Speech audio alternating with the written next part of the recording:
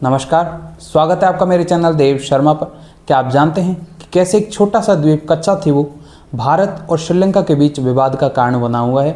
आइए जानते हैं इस द्वीप की कहानी, जिसमें इतिहास, राजनीति और मछुआरों की पीड़ाएं जुड़ी हुई है। कच्चा थीवू एक छोटा सा निर्जन द्वीप है जो कि भारत और श्रीलंका के बीच पाक स्ट्रेट में स्थित है।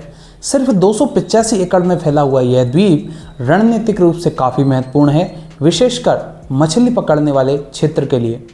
ब्रिटिश राज में भारत और श्रीलंका दोनों ही एक ही प्रशासन के अंतर्गत आते थे, लेकिन 1947 में भारत की आज़ादी के बाद और 1948 में श्रीलंका के स्वतंत्र राष्ट्र घोषित होने के बाद इस द्वीप पर अधिकार को लेकर सवाल खड़े हुए।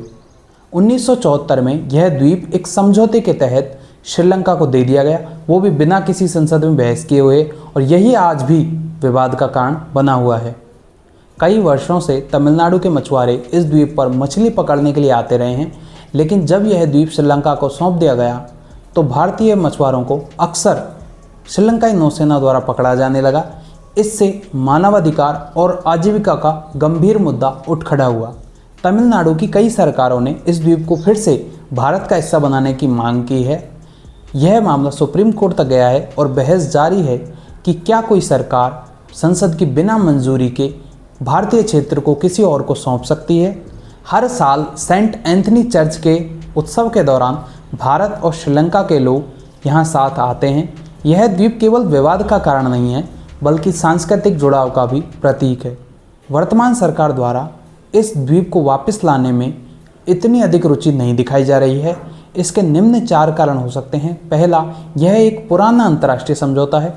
दूसरा, मामला सुप्रीम कोर्ट में है। तीसरा, भारत श्रीलंका के साथ संबंधों को बिगाड़ना नहीं चाहता।